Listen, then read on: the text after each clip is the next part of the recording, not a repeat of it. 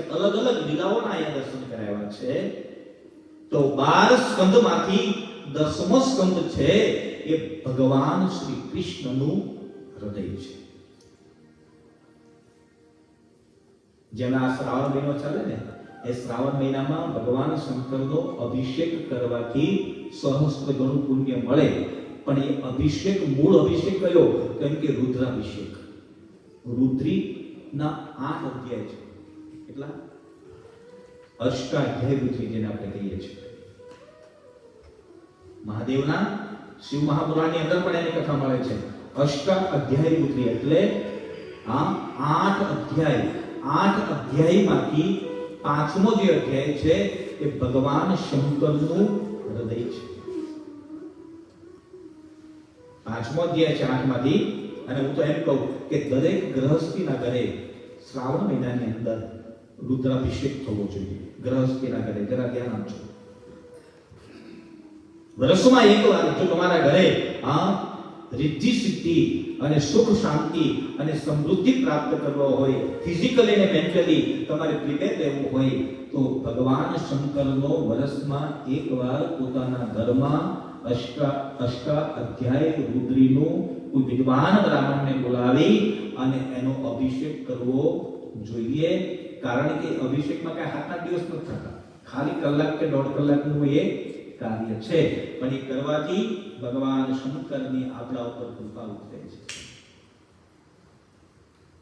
અષ્ટાધ્યાય રુદ્રીનો 5મો અધ્યાય એ ભગવાન શંકરનું હૃદય છે. મહાદેવ અને કદાચ તમે કોઈ બ્રાહ્મણને ન બોલાવી શકો તો ઘરમાં જ જો તમારા ઘરે શિવલિંગ હોય ને, તો એ શિવલિંગ પાસે બેસી દૂધ પાણી મિક્સ કરી અને ભગવાન શિવની ઉપર ધીમી ધારે એના ઉપર જો અભિષેક તમે કરો. બીજું કઈ આવડે તો બહુ સારું, પણ ના આવડે તો પંચાક્ષર મંત્રનો જાપ કરવો. ઓમ નમઃ શિવાય. જેમ અષ્ટાધ્યાય રુદ્રીનો 5મો અધ્યાય ભગવાન શંકરનું હૃદય છે, એમ શ્રીમદ ભાગવતના 12 સ્કંદ છે, એનો 10મો સ્કંદ છે એ ભગવાન શંકરનું હૃદય છે. બહુ સુંદર કથા છે, અતિ સુંદર કથા છે. 12 સ્કંદ એ ભગવાનના 12 અંગ. ભાગવત એ ભગવાનનું શરીર. 12 સ્કંદ એ ભગવાનના અંગ છે. 10મો સ્કંદ એ ભગવાનનું હૃદય છે. પણ 10મા સ્કંદની અંદર ગોપીઓ જે શ્લોક બોલી, 19 શ્લોક ગોપી ગીત તરીકે ઓળખાય છે. એ ગોપી ગીત એ ભગવાનના શ્વાસ છે. માણસ બધા વગર જીવી શકે, પણ શ્વાસ વગર ન જીવી શકે. એટલા માટે આ 9મો શ્લોક છે ગોપી ગીતનો. આવતીકાલે તમને પુસ્તિકા આપીશ, આમાં આ બધા શ્લોકો છે. આમાં ગોપી ગીત પણ છે. પણ એ શબ્દ છે એની અંદર કે તવ કથા. એ તવ કથા એ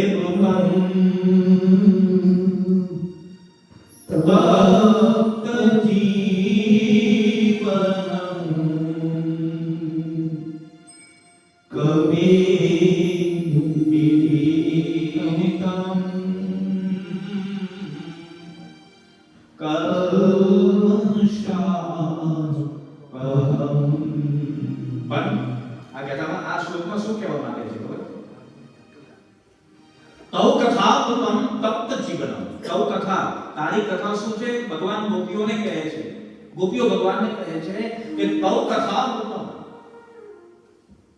તારી કથા એ અમૃત છે.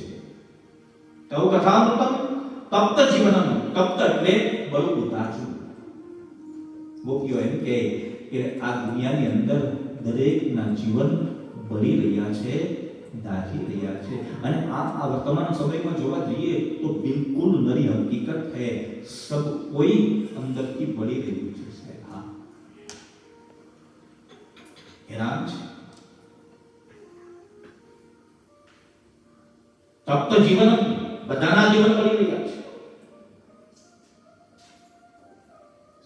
ચારે બાજુ જ્વાળા સળગી રહી છે અને આપણે વચ્ચે ઊભા છીએ. આ સંસાર એ અમારા વિદ્વાનો એમ કહે કે સંસાર બાળનારો પણ છે, સંસાર દજાડનારો પણ છે, પણ સંસાર જો જીવતા આવડે તો સંસાર સ્વર્ગ પણ છે સાહેબ. હા, उसको स्वर्ग भी माना गया. जो जीवता आवड़વું જોઈએ સંસારમાં કઈ રીતે જીવવું. विद्वान एम के संसार वो स्वर्ग भी है. हाँ, जो जीने की कला आता है हमारे पास.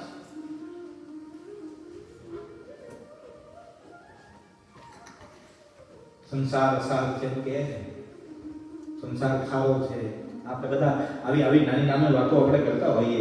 અમારા વિદ્વાનો એમ કહે કે સંસારમાં જેટલો સાર છે ને, હા, એટલો સંન્યાસી જીવનમાં નથી. શ્રીમદ ભાગવતમાં એનું પ્રમાણ મળ્યું છે. હા, સંસારમાં જે આનંદ છે એ આનંદ આ સંસારમાં તમને કોઈ જગ્યાએ નહીં સંન્યાસી નહીં વાનપ્રસ્થ ગ્રહસ્થીમાં જે આનંદ છે, પણ એનો આનંદ આપણે નથી લઈ શકતા. એની પાછળનું કારણ એ છે કે આપણને જીવતા આવડતું નથી. આપણે બસ ખાલી જીવતા શીખવાની જરૂર છે. બસ કેસે જીના છે.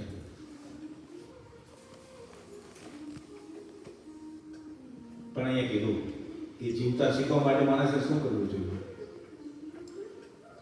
તો શ્રીમદ ભાગવતના 10મા સ્કંદની અંદર એ શ્લોક દ્વારા, એ મંત્ર દ્વારા મને અને તમને બોધ મળ્યો કે જીવવા માટે માણસે બીજું કાંઈ કરવાની જરૂર નથી. શું કરવાની જરૂર છે? શ્રવણ મંગલમ શ્રીમતા તત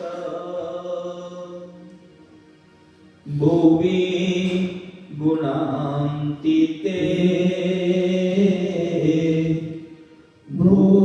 ભૂરિગા જના ભુવિ ગુણાંતિતે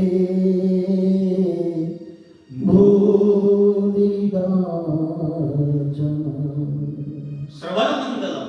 હા, ભગવાનની કથાનું શ્રવણ કરવું. શ્રવણ મંગલમ શ્રીમદાત ભુવિ ગુણાંતિ. ભુવિ એટલે ધરતી. જરા ધ્યાન આપજો. ભુવિ એ ગુણાંતિ તે ભૂરિગા જના ભુવિ ગુણાંતિતે ભૂરિગા જના. ભૂમિ ગુણાંતિતે. આ ભૂમિ પર જેને ભગવત રૂપી કથાનું શ્રવણ કર્યું છે અને ભાગવત રૂપી કથાનું પાન કર્યું છે, અમારા વિદ્વાનો એમ કહે કે એનું જીવન ધન્ય બન્યું છે સાહેબ. હા, ભૂમિ ગુણાંતિતે ભૂરિગા જના. હા, આ સંસારમાં મોટા દાનવીર કોણ? તમને કોઈ પૂછે કે આ દુનિયામાં આ સંસારમાં મોટા દાનવીર કોણ થયું, તો આપણે એક જ નામ આપણી પાસે આવે. કોણ? કર્ણ. આ દુનિયામાં મોટા દાનવીર કોઈ હોય તો એ કર્ણ છે. પણ શ્રીમદ ભાગવતના 10મા સ્કંદની અંદર ગોપીઓ એમ કીધું કે કર્ણ તો દાનવીર છે જ, પણ એના કરતા કોઈ મોટો દાનવીર હોય કે જે કથાનું દાન કરે છે. શ્રવણ મંગલમ શ્રીમદાત ભુવિ ગુણાંતિતે ભૂરિગા જના. આ ભૂમિ ઉપર જે શ્રીમદ ભાગવતજીની કથાનું દાન કરે છે એની જેવો મોટો દાનવીર આ દુનિયામાં બીજું કોઈ નથી. તો આજે મને કહેવા દો કે આ કથા જે ચાલી રહી છે તો તમારા સમાજને ભાગવત કથા રૂપી દાન કર્યું છે મેરે ભાઈ. ये भागवत कथा मुझे नाम है। અને મેં તો કઈ વાર કહેતા હું કે સત્ય સનાતન ધર્મ અને ઋષિ પરંપરામાં વિદ્વાનોએ મત આપ્યો છે કે જીવનમાં જો અવસર મળે ને તો એકવાર શ્રીમદ ભાગવતજીની કથા આપણે સનાતની છીએ એટલે કરાવવી જોઈએ। હા, આપણે એમ કહે ને કે બાર જ્યોતિર્લિંગના દર્શન કરવા જોઈએ, આપણે કરવા જ જોઈએ। જો આપણે હિન્દુ સનાતન ધર્મમાં આપણી ઋષિ પરંપરામાં આપણો જન્મ થયો છે, હા, तीर्थ यात्रा करनी चाहिए। પણ અમારું ભાગવતના મહાપુરુષો એમ કહે કે જીવનમાં એકવાર જો આપણી પાસે વ્યવસ્થા હોય તો એકવાર શ્રીમદ ભાગવતજીનું પારાયણ કરાવવું જોઈએ। હા, એટલે ભગવાનને અતિ પ્રિય કોઈ હોય તો ભાગવત છે। અને ખાલી તમે એમ નહીં માનતા માનવને ભાગવત પ્રિય છે, દેવોને પણ દુર્લભ છે। કેને? હા, દેવોને બી દુર્લભ છે। अरे देवों भगवान शंकर ने पर अति प्रिय है। અને બીજી વસ્તુ તમને કહું તો આ ભાગવત કથા છે ને કોઈ સામાન્ય વક્તાએ નથી કરી ગાઈ। આ ભાગવત કથા સ્વયં ભગવાન શંકરના મુખેથી ગવાની છે। मतलब भागवत एक कोने गाई છે? મહાદેવે ગાઈ છે, શંકર ભગવાને ગાઈ છે આ કથા। હા, અને એનો તમને પ્રમાણ આપી દઉં કે સુખદેવજી મહારાજ રાજા પરીક્ષિતને કથા સંભળાવી તો સુખદેવજી કોણ હતા? भगवान शिव रूप છે સાહેબ। હા, રામ કથા એ પણ કોને ગાય? કારણ કે મહાદેવે ગાય છે, ભગવાન શંકરે ગાય છે।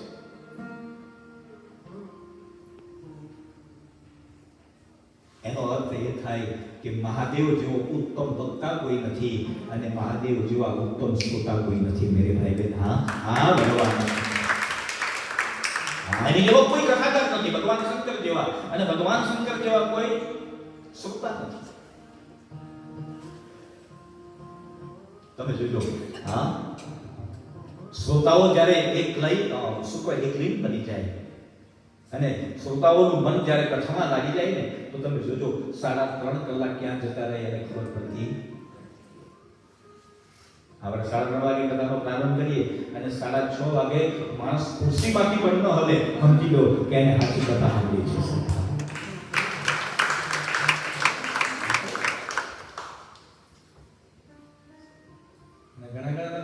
પાણીની બોટલ લઈને આવે, રાજુ લાખી બોટલ પી પણ એનું કારણ છે એને પાણી કેમ પીવું ખબર છે તમને? તમને પહેલા ખબર હોય કે ન હોય, બાકી મને ખબર છે કારણ કે અવવારથી અહીંયા મહેનત કરવા લાગ્યા। અવવાર અમે જોયું એટલે એને સરસ લાગે, આપણે ક્યારે આવે તો પણ કહી ગયા તો આપણે ક્યાંથી સરસ લાગે? પાણીની બોટલ તમે જુઓ, રસમય કથા થતી હોય ત્યાં પ્યાસ પણ લાગતી નથી, ભૂખ પણ લાગતી નથી। હા, તમે જોજો જેને રસમય કથા શ્રવણ કરતા હોય, આ આયોજક કમિટી જે છે અલગ અલગ બધા કામ વેચ્યા છે ને એટલે એ લોકો ટેન્શનમાં છે, કથા પૂરી થાય પાછું બધાને હા અરે આ કે પોતાના કામમાં એટલે લોકો એ લોકો આમ તેમ જરા હા એ સ્વાભાવિક છે ને, કામ માટે માણસે આમ તેમ જોવું પડે। હા, મને તો બધું સમજણ પડે।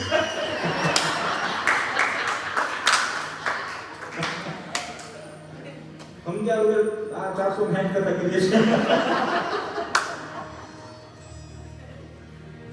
તો બધા ઘરના છો ને કહું નકર આવું બધું ન બોલો। આ તો એક મેં દિવસે મહેન્દ્રભાઈને કીધું હતું કે હું કથા કરવા તમારા સમાજમાં આવું છું પણ કથાકાર તરીકે નહીં, હું વ્યાસપીઠ પર બેઠો હશ ત્યાં સુધી હું કથાકાર રહીશ પણ નીચે ઉતરી જઈશ તમારા સમાજનો એક સભ્ય બનીને તમારી કથા મહેન્દ્રભાઈ બધા અહીંયા કથાકાર તરીકે ક્યાં સુધી હું રહીશ? જ્યાં સુધી વ્યાસપીઠ પર બેઠો છું ત્યાં સુધી કથાકાર, નીચે ઉતરું એટલે તમારા સમાજનો એક નાનો એવો કાર્યકર બનશો ને તો પણ મને આનંદ થશે સાહેબ। આ કથા કરવા માટે તમે ખાસ આજે ખુલાસો કરી દો એટલા માટે કે કોઈ લેવાની લાલચથી તો કથા દેવું બાપુ આજ સુધી નથી કરી કોઈ। હા, પણ અહીંયા માત્ર ને માત્ર માં જગદંબાના દર્શન કર્યા અને માં જગદંબાના દર્શન પછી એવી અંદરથી પ્રેરણા થઈ કે ખરેખર સાક્ષાત માં જગદંબા છે અહીંયા। જો તમે માનો તો હા, અને આજે તમને વ્યાસપીઠ પરથી ધર્માસન પરથી કહું કે તમારા જીવનની અંદર કોઈ પણ સમસ્યા હોય ને, આ માં જગદંબાને ખાલી ખોળો પાથરીને કહેજો, તો તમારી માં એ કાર્ય પૂરું ન કરે તો તમે મને કહેજો સર. એટલી શક્તિ છે, એટલી તાકાત છે ઈશ્વરમાં. હા, પણ એ આમાં આપણને નહીં દેખાય, કારણ કે આપણી આંખની આગળ માયારૂપી પડદો છે સાહેબ. પડદા હટાવો.